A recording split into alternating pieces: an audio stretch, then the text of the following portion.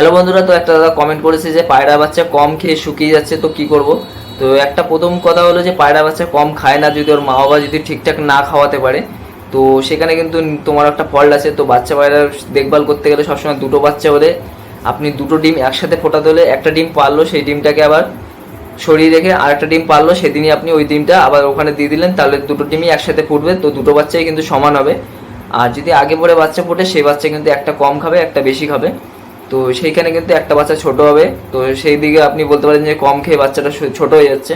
তো দুটো বাচ্চা যদি একসাথে হয় তাহলে কিন্তু দুটো বাচ্চাই সমান খাবে, আর একটা বাচ্চা ছোট বড় হবে না।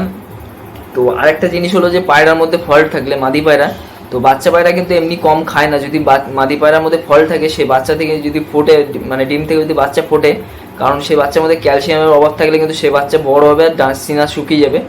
তো সে কিন্তু খাওয়ার ক্ষমতাটা মানে ঠিক থাকে না সেই পায়রা বাচ্চা, সেই পায়রা হজমও ঠিক থাকে না। তো যেসব পায়রা দেখবেন ক্যালসিয়ামের কমই থাকে যেসব মাদি পায়রা, আর দেখবেন তার মধ্যে কৃমি হয়ে গেলে যে অনেক দিন ধরে কৃমি করাচ্ছে না, তো সে পায়রা কিন্তু ভিতর থেকে ঝাঁঝরা হয়ে যায়। যখন সে পায়রা ডিম পারে না সেই পায়রার ডিমের খোসাটা পাতলা হয়, আর সেই পায়রার মধ্যে ক্যালসিয়ামের কমই থাকে, আর সেই বাচ্চা যদি ফুটে যায় সেই বাচ্চা কিন্তু আপনার মানে কি বলবো আপনার ওই খোপের মধ্যে থাকলেও মানে সেই পায়রা কিন্তু বড় হলেও কিন্তু সে পায়রা দেখে আপনার ভক্তি হবে না, মানে এমনই তার অবস্থা থাকবে।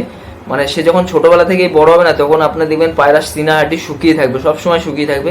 সে যতই ভালো খাবার খাক না কেন দেখবেন গলার এই সিনার হাড্ডিটা এইখান থেকে সিনে এই যে পোটাটা থাকে ওটা দেখবেন ছোট হবে, ওটা ছোট হবে আর সিনার হাড্ডিটা বেঁকে থাকবে, এরকম অল্প হলেও বেঁকে থাকবে।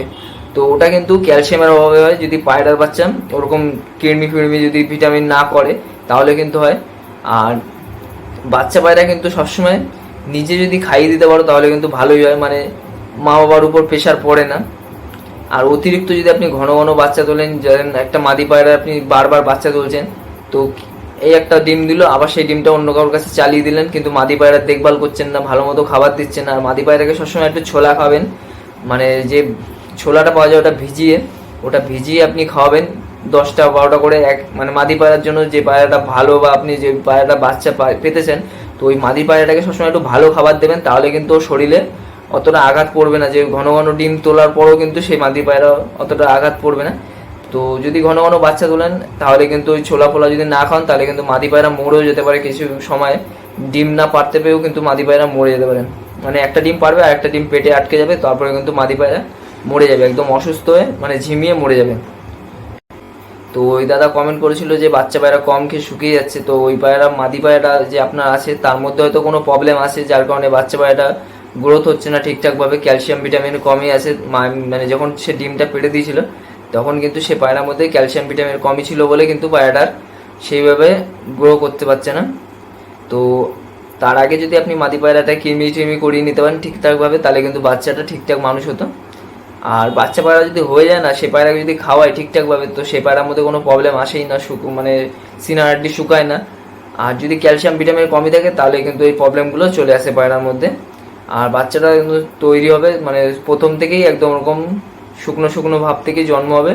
আর বড় যখন হবে তখন কিন্তু একটু ভালো হলেও কিন্তু তার মধ্যে অতিরিক্ত রোগ আসার চান্স থাকে বাচ্চার মধ্যে।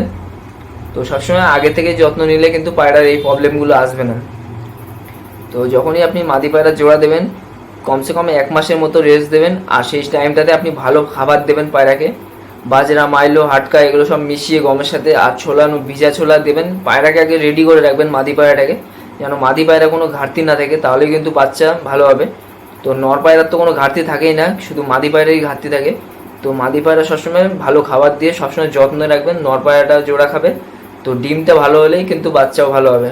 আর ডিম যদি খারাপ হয় মানে পাতলা হয় তাহলে কিন্তু বাচ্চা প্রথম দিক থেকেই ভোগাবে। তো ওই দাদা কমেন্ট করেছিল, তো বললাম এইভাবে করলে পায়রা কিন্তু ঠিক থাকবে, না হলে কিন্তু পায়রা বাচ্চা এরকম আনফিট হবে, বাচ্চা রোগ হবে, পায়রা ওরকম সমস্যা আসতেই থাকবে বাচ্চার মধ্যে।